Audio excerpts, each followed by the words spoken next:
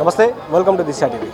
ఫీజుల నియంత్రణ చట్టం తేవాలంటూ కూడా ఏదైతే ఆర్థికంగా ఎవరైతే ప్రైవేట్ బడులు ఉన్నాయో ఆ బడుల ద్వారా ఎక్కువ మొత్తంలో ఫీజులు దోచుకున్నటువంటి వారి మీద ఒక చట్టం తెచ్చి ఫీజులను అరికట్టాలంటూ కూడా చాలామంది ధర్నా చేస్తూ ఉన్నారు. ఈరోజు బీజేవైఎం వాళ్ళు కూడా పెద్ద ఎత్తున ఇక్కడ ఫీజులకు సంబంధించినటువంటి ఏదైతే హైయర్ ఎడ్యుకేషన్ ఆఫీస్ ఉందో దాని ముందు వచ్చి కూడా వారు ధర్నా చేస్తూ ఉన్నారు. మాట్లాడదాం, వారు ఏం డిమాండ్స్ పెడతా ఉన్నారు రాష్ట్ర ప్రభుత్వం. చెప్పండి, ఈ ధర్నా ముందు ఈ ధర్నా కోసం మీరు అంటే ఏం డిమాండ్ చేస్తూ ఉన్నారు, ఎందుకు ఈ ధర్నా చేస్తూ ఉన్నారు? నమస్తే అన్న, నా పేరు ఝాన్సీ, బీజేవైఎం స్టేట్ సెక్రటరీ. ఈరోజు బీజేవైఎం రాష్ట్ర శాఖ ఆధ్వర్యంలో శాంతియుత నిరసన కార్యక్రమం చేపట్టడం జరిగింది.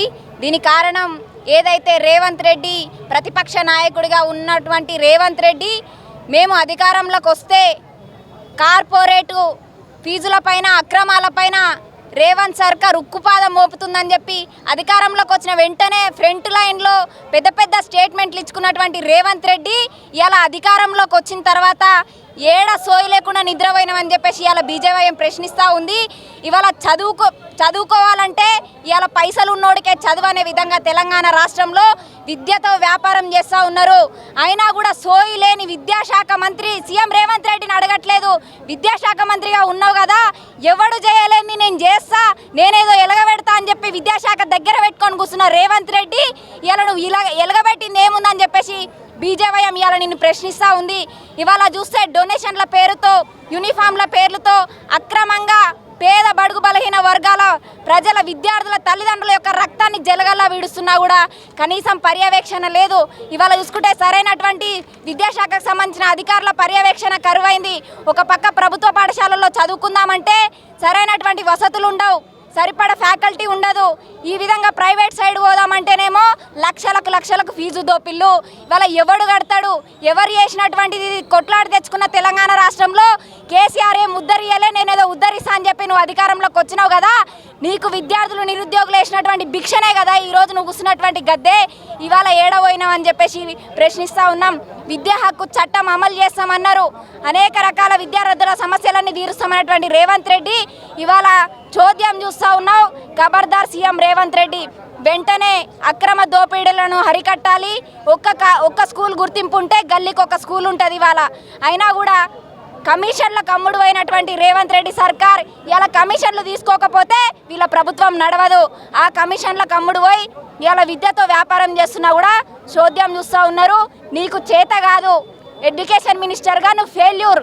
కాబట్టి నువ్వు వెంటనే విద్యాశాఖ మంత్రిని నియమించు, అప్పుడైనా విద్యాశాఖ పైన సరి అయిన పర్యవేక్షణ జరుగుతుంది. లేని ఎడల రానున్న రోజుల్లో బీజేవైఎం ఆధ్వర్యంలో పెద్ద ఎత్తున ఉద్యమాలు చేస్తాం. ఎవరి భిక్ష కారణంగా అయితే నువ్వు గద్దెనెక్కి కూర్చున్నావో అదే విద్యార్థి నిరుద్యోగులను ఏకం చేస్తాం, నిన్ను బొందబెడతాం. చరిత్రలో ఎక్కడ కూడా విద్యార్థి నిరుద్యోగులతో పెట్టుకున్న ప్రభుత్వాలు ఏవి కూడా నిలబడ్డట్టు చరిత్రలో లేదు. నువ్వు భూస్థాపితమయ్యే రోజు దగ్గరలో ఉంది. ఖబర్దార్ సీఎం రేవంత్ రెడ్డి. ధర్నా గురించి ఎందుకు డిమాండ్స్ ఏంటి?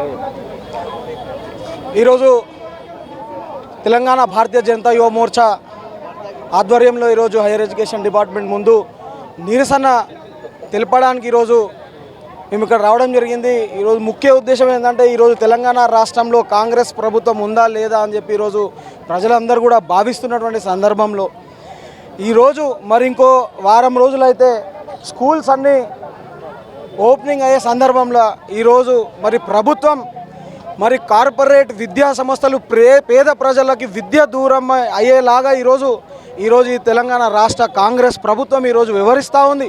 ఈరోజు కార్పొరేట్ స్కూళ్ళతో కుమ్మక్క ఈరోజు మధ్యతరగతి కుటుంబాలలో ఈరోజు రక్తం పీడుస్తున్నట్టు ఈరోజు ఫీజులు వసూలు చేస్తూ ఉన్నారు. దానిపైన ఈ కాంగ్రెస్ గవర్నమెంట్ మాకు క్లారిటీ ఇవ్వాలని చెప్పేసి ఈరోజు భారతీయ జనతా యువ మోర్చా ఈరోజు ఈ యొక్క డిపార్ట్మెంట్ ముందు ఈరోజు ధర్నా చేయడం జరిగింది. అంటే వాళ్ళు ఏమంటా ఉన్నారంటే బీజేపీ నాయకుల దగ్గర కూడా స్కూల్ ఉన్నాయి, వాళ్ళ కూడా కార్పొరేట్ స్కూల్ ఉన్నాయి, వాళ్ళతోనే మొదలు పెట్టండి అని చెప్తా ఉన్నాను.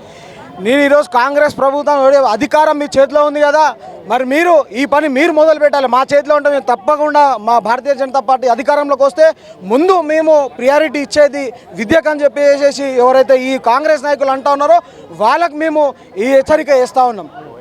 అంటే వాళ్ళు ఏమంటా ఉన్నారంటే సరే మా దగ్గర ఉంది కావచ్చు, మీ స్కూళ్ళలో ఎంత ఫీజు వసూలు చేస్తున్నారు కూడా చెప్పమని అడుగుతా ఉన్నారు. ఇప్పుడు ఈ ప్రభుత్వం కాంగ్రెస్ ప్రభుత్వమే ఉంది కదా, మరి ఆ ప్రభుత్వం చేయొచ్చు కదా. ఏదైతే స్కూళ్ళు ఉన్నాయని చెప్తారో ఆ స్కూళ్ళ పైన చర్యలు తీసుకోమని మేమే చెప్తున్నాం. ఏ స్కూళ్ళల్లో ఈరోజు ప్రైవేట్ స్కూళ్ళు ఈరోజు లక్షల రూపాయలు ఈరోజు మధ్యతరగతి కుటుంబాలకు ఈరోజు వసూలు చేస్తూ ఉన్నారో వాళ్ళపైన చర్యలు తీసుకోమని మేము చెప్తా ఉన్నాం.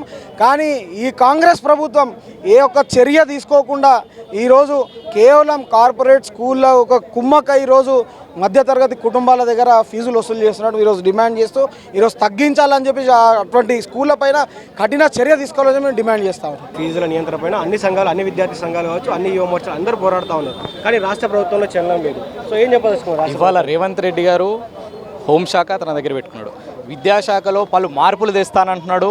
నా దగ్గర ఉన్నది విద్యని ప్రతి పేద కుటుంబానికి నేను దగ్గర చేస్తా అంటున్నాడు.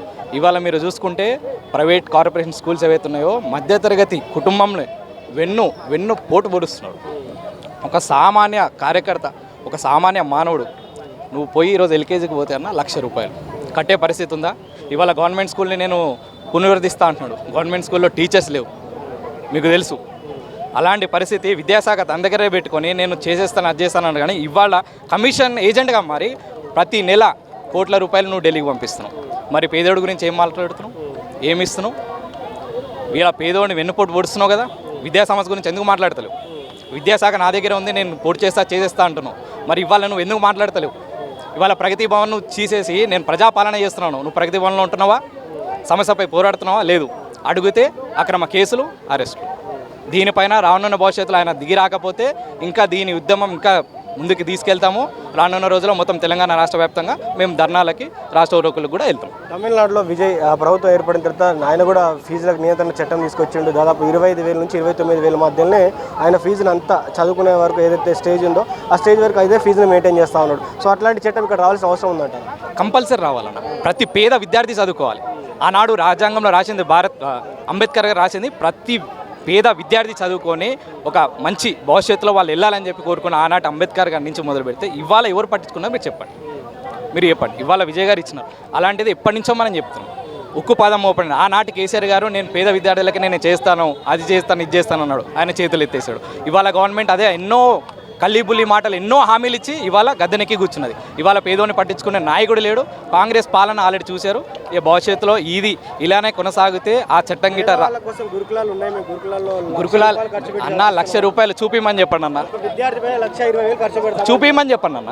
1,20,000 రూపాయలు ఖర్చు పెడుతున్నాం. మరి అదే ఖర్చు పెడితే మేము ఇలా రోడ్ ఎక్కాల్సిన పరిస్థితి ఎందుకు వస్తుంది? ఒక పేద విద్యార్థి చదువుకోవాలంటే ఇలా ఎన్ని ఆటుపోటులు ఎదుర్కొని ఫీజు రీయింబర్స్మెంట్ రాక, స్కాలర్షిప్లు రాక ఇంత ఇబ్బంది అవుతుంది. మధ్యాహ్నం భోజనం అంటున్నాడు. భోజనం ఎరికేరు. ఫస్ట్ ఉన్న స్కూల్స్ని కాపాడుకుంటే అదే పెద్ద మనకి తెలంగాణకి వాళ్ళు ఇచ్చే బహుమతి అనుకుంటాం.